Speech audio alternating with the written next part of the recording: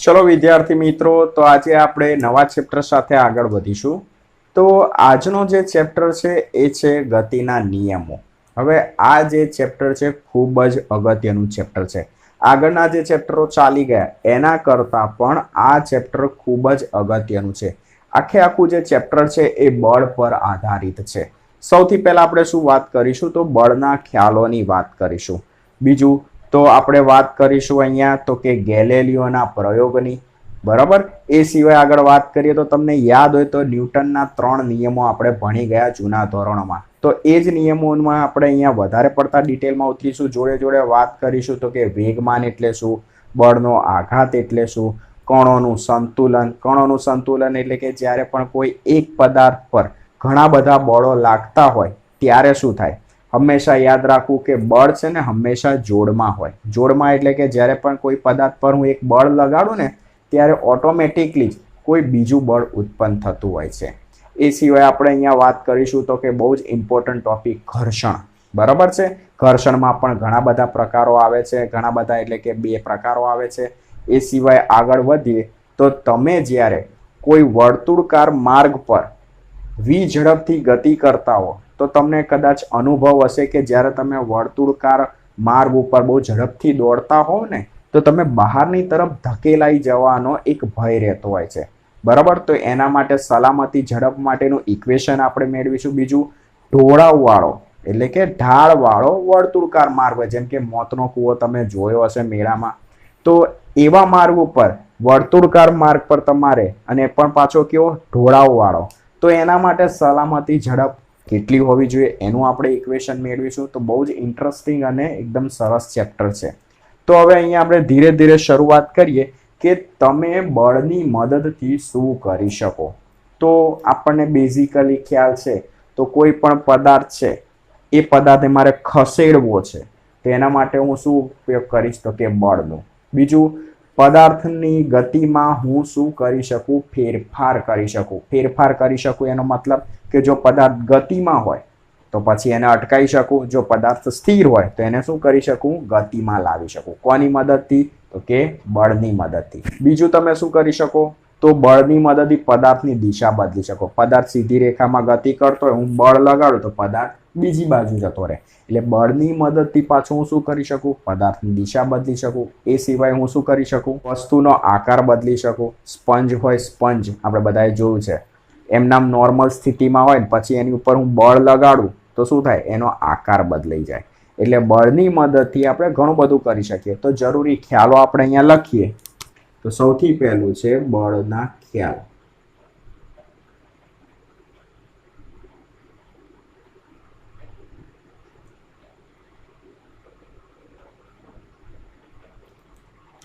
તો જોઈ લઈએ. સૌથી પહેલું, બળ પદાર્થને ગતિમાં લાવી શકે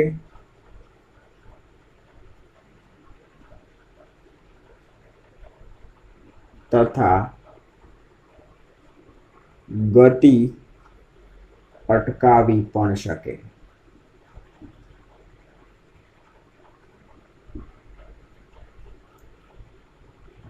બીજું બળ દ્વારા શું કરી શકીએ? તો બળ દ્વારા પદાર્થની ગતિમાં શું કરી શકીએ? ફેરફાર. બળ દ્વારા પદાર્થની ગતિમાં ફેરફાર કરી શકાય. એટલે કે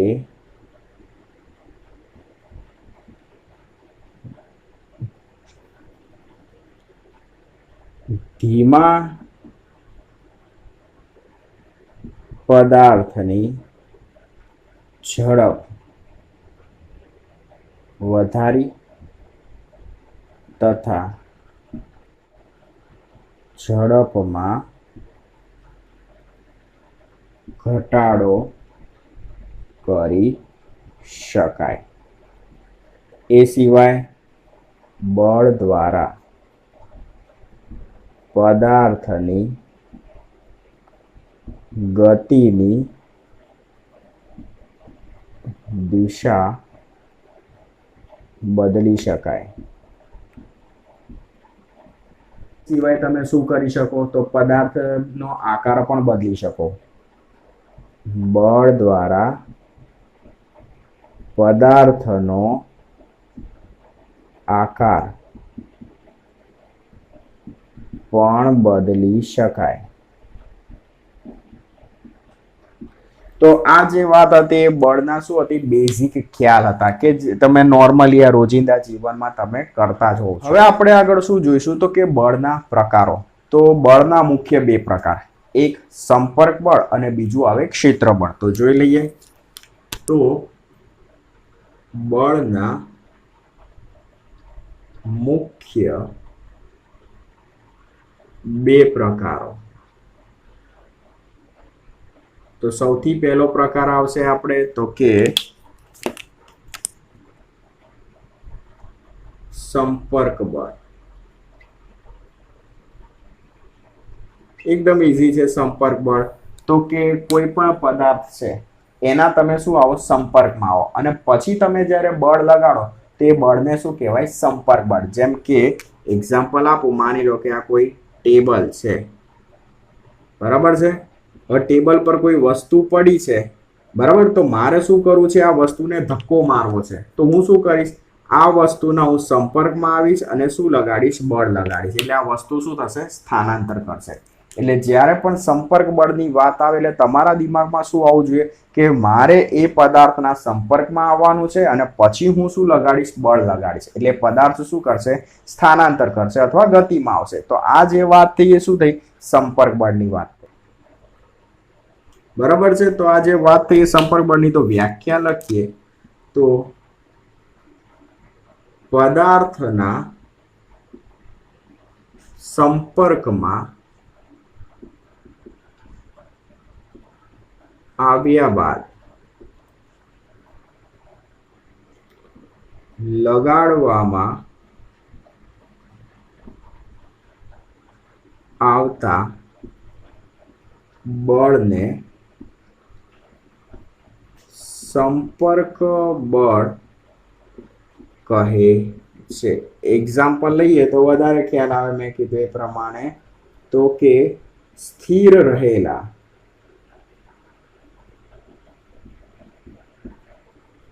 ટેબલ પર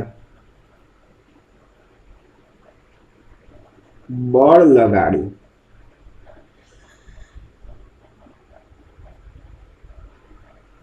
દૂર ખસેડી શકાય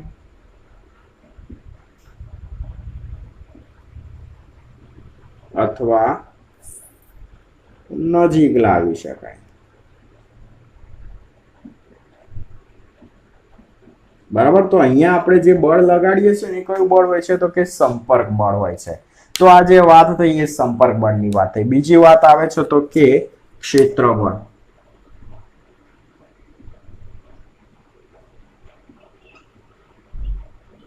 તો ક્ષેત્ર બળ એ એવા પ્રકારનું બળ છે કે તમે કોઈ પણ પદાર્થ છે એના સંપર્કમાં આવ્યા વગર શું કરો છો? બળ લગાડો છો.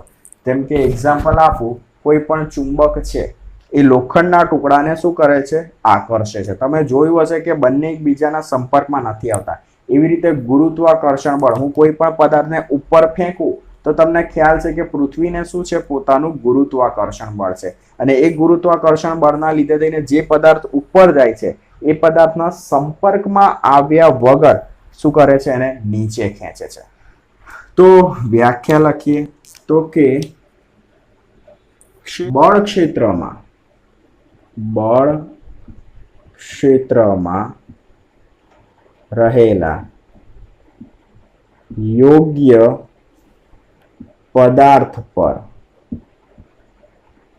અથવા પદાર્થના સંપર્કમાં આવ્યા સિવાય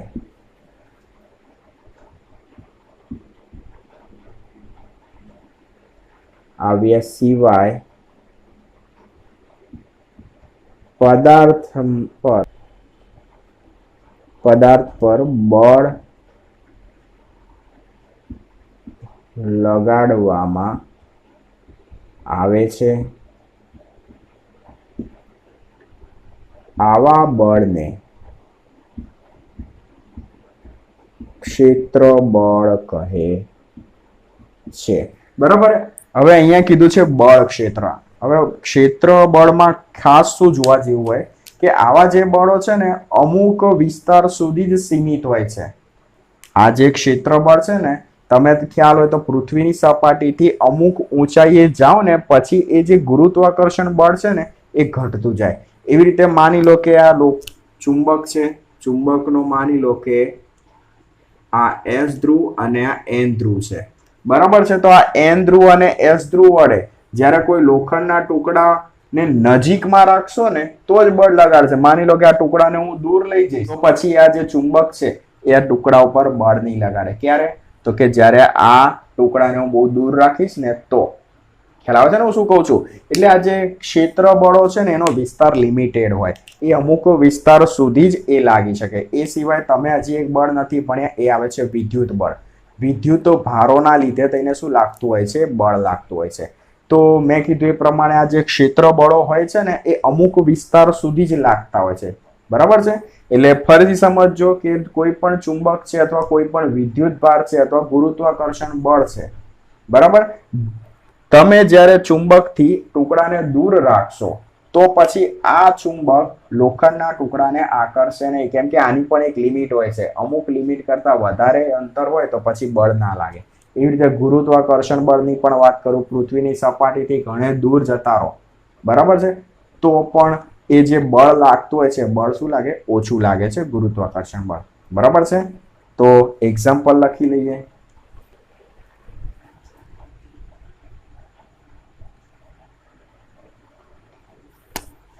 તો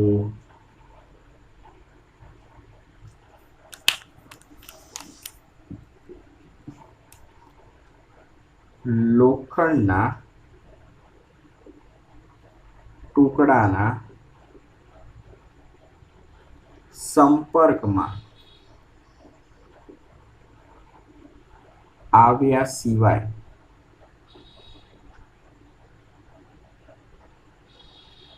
ચુંબક લોખંડના ટુકડા પર બળ લગાડે. બીજું એક્ઝામ્પલ લખીએ તો પૃથ્વીની સપાટીથી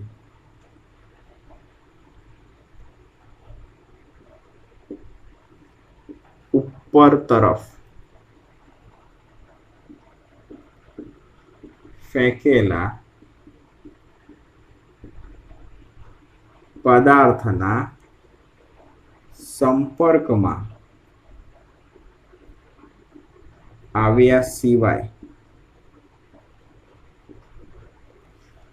ગુરુત્વાકર્ષણ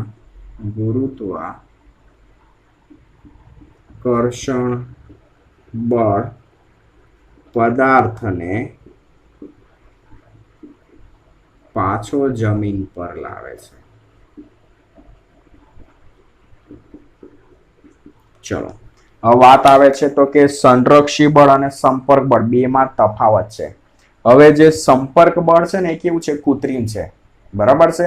જ્યારે ક્ષેત્ર બળ છે ને કુદરતી છે. જેમ કે મેં કીધું એ પ્રમાણે ગુરુત્વાકર્ષણ બળ, પૃથ્વીને પોતાનું ગુરુત્વાકર્ષણ બળ છે, માનવ દ્વારા ઉત્પન્ન કરવામાં નથી આવતું આ ગુરુત્વાકર્ષણ બળ. એવી રીતે વિદ્યુત બળ છે, ચુંબકીય બળ છે, આ જે બળો છે ને માનવ દ્વારા ઉત્પન્ન કરવામાં નથી આવતા.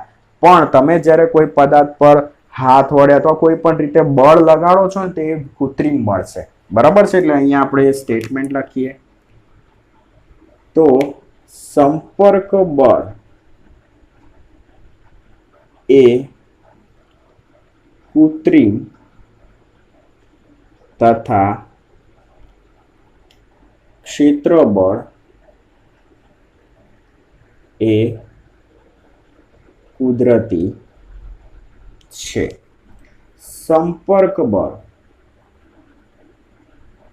એ અસંરક્ષી છે તથા ક્ષેત્ર બળ એ સંરક્ષી છે. એટલે કે સંપર્ક બળ છે એમાં શું થાય તો કે ઉર્જાનું સંરક્ષણ થતું નથી હોતું, જ્યારે ક્ષેત્ર બળ છે ને એમાં શું થાય છે, ઉર્જાનું સંરક્ષણ થતું હોય છે. આગળ એક વૈજ્ઞાનિક થઈ ગયો, એનું નામ છે એરિસ્ટોટલ. તો એણે એવું સ્ટેટમેન્ટ આપ્યું કે માની લો કે કોઈ પદાર્થ ગતિમાં છે અને મારે એની ગતિ સતત ચાલુ રખાવી છે, તો મારે શું કરવું પડે, એના ઉપર સતત બળ લગાડ્યા કરવું પડે. આવું કોણે કીધું હતું તો કે એરિસ્ટોટલ નામના વૈજ્ઞાનિકે. ફરીથી રિપીટ કરું છું કે આ જે વૈજ્ઞાનિક થઈ ગયો એરિસ્ટોટલ, એણે એવું કીધું હતું કે જો મારે કોઈ પદાર્થને સતત ગતિ ચાલુ રખાવી હોય, કોઈ પદાર્થની ગતિ સતત ચાલુ રખાવી હોય તો મારે શું કરવું પડે, એના ઉપર સતત બળ લગાડ્યા જ કરવું પડે. એનું આ સ્ટેટમેન્ટ સાચું હતું, પણ એણે જે પ્રકારે સ્ટેટમેન્ટ રજૂ કર્યું, જેમ કે એણે એક એક્ઝામ્પલ આપ્યું, કમાનમાંથી છોડેલું જે તીર છે એ આગળ વધે છે, બરાબર.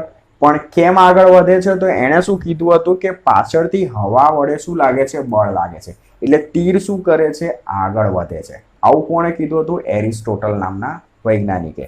ફરી સમજો કે એને સ્ટેટમેન્ટ તો સાચું આપ્યું, પણ સ્ટેટમેન્ટ સમજાવવા માટે જે એક્ઝામ્પલ આપ્યું, જે એને સમજની રજૂઆત કરી હતી એ ખોટી હતી.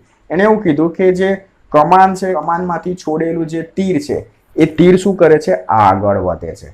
તે આગળ વધવાનું કારણ એને શું આપ્યું ખબર, કે પાછળથી શું કરે છે, હવા ધક્કો મારે છે. એટલે એનું જે ઉદાહરણ હતું એ જે સમજાવવામાં શું થયું હતું, નિષ્ફળ થયું હતું. પદાર્થને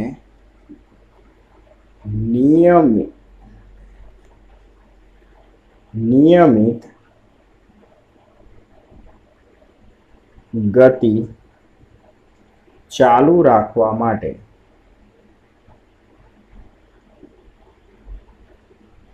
સતત બાહ્ય બળની જરૂર પડે છે, જેને એરિસ્ટોટલ નો નિયમ કહે છે. બરાબર છે. તો આ જે છે એરિસ્ટોટલનો નિયમ છે કે તમારે પદાર્થને નિયમિત ગતિ ચાલુ રાખવી હોય તો તેના પર તમારે સતત બાહ્ય બળ લગાડવું પડે, એના વગર ઉદ્ધાર જ નથી. બીજી વાત કરીએ તો વિશ્વમાં કોઈ પણ પદાર્થ લઈ લો, જેમ કે ઘન પદાર્થ છે તો એને શું લાગે, ઘર્ષણ બળ લાગે. એ સિવાય તમે તરલ પદાર્થ લઈ લો તો એને શું લાગે, શ્યાનતા બળ લાગે. તમને ખ્યાલ હોય તો કોઈ પણ ઘન પદાર્થ છે, બરાબર છે, માની લો કે આ કોઈ સપાટી છે, આ સપાટી પર શું રહેલો છે, ઘન પદાર્થ રહેલો છે.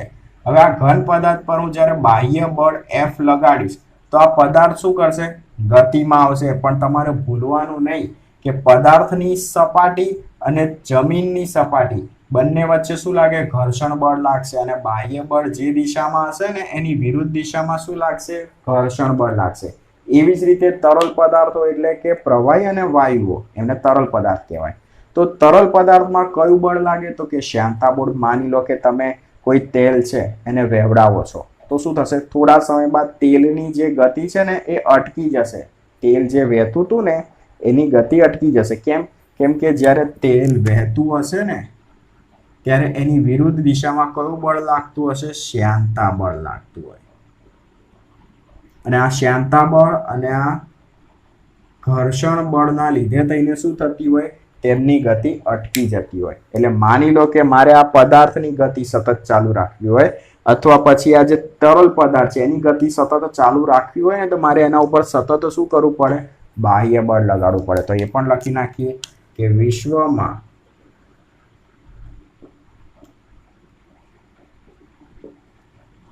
ઘન પદાર્થ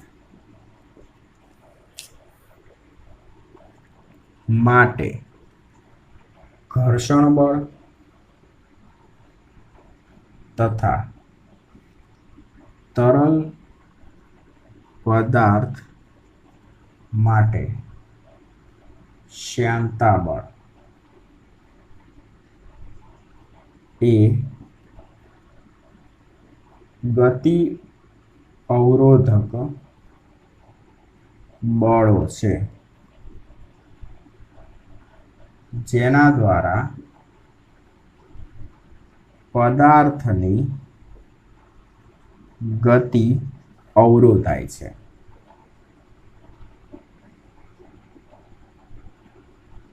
આમ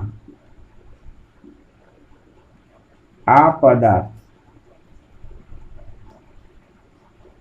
પદાર્થોની સતત ગતિ ચાલુ રાખવા અવરોધક બળોની વિરુદ્ધ દિશામાં સતત બળ લગાડવું પડે. બરાબર છે. તો આ જે વાત થઈ તો કે બળ વિશેના ખ્યાલની વાત થઈ. સંપર્ક બળ અને ક્ષેત્ર બળ આ બે પ્રકારો જોયા. સંપર્ક બળ એ કૃત્રિમ અને ક્ષેત્ર બળ એ કુદરતી છે. સંપર્ક બળ એ અસંરક્ષી તથા ક્ષેત્ર બળ એ કેવું છે? સંરક્ષી છે. પછી આપણે શેની વાત કરી? એરિસ્ટોટલના સ્ટેટમેન્ટની. પદાર્થને સતત ગતિમાં રાખવું હોય તો શું કરવું પડે? તો કે બળ લગાડતા રહેવું પડે. બીજું એને એક એક્ઝામ્પલ આપ્યું અને એ એક્ઝામ્પલમાં એને એવું કીધું હતું કે કમાનમાંથી છૂટેલું જે તીર છે એ તીર ને ગતિમાં કોણ રાખે છે? તો કે હવા પાછળથી બળ લગાડે છે. જે કે એક્ઝામ્પલ એ ખોટું હતું, રજૂઆત ખોટી હતી. પછી વિશ્વમાં તમે ઘન પદાર્થ લઈ લો તો એને શું લાગે? ઘર્ષણ બળ લાગે. શ્યાનતા બળ તો કોને લાગે? તરલ પદાર્થોને લાગે. એટલે માની લો કે મારે પદાર્થોને સતત ગતિમાં રાખવા હોય તો આ જે ઘર્ષણ બળ અને શ્યાનતા બળ જે અવરોધક બળો છે એની વિરુદ્ધ દિશા મારે શું કરવું પડે? સતત બાહ્ય બળ લગાડવું પડે. નેક્સ્ટ લેક્ચરમાં આપણે શું જોઈશું હવે? તો ગેલેલિયોના બે પ્રયોગો જોઈશું. બહુ સરસ છે, ઇન્ટરેસ્ટિંગ છે, તો ધ્યાનથી જોજો એ.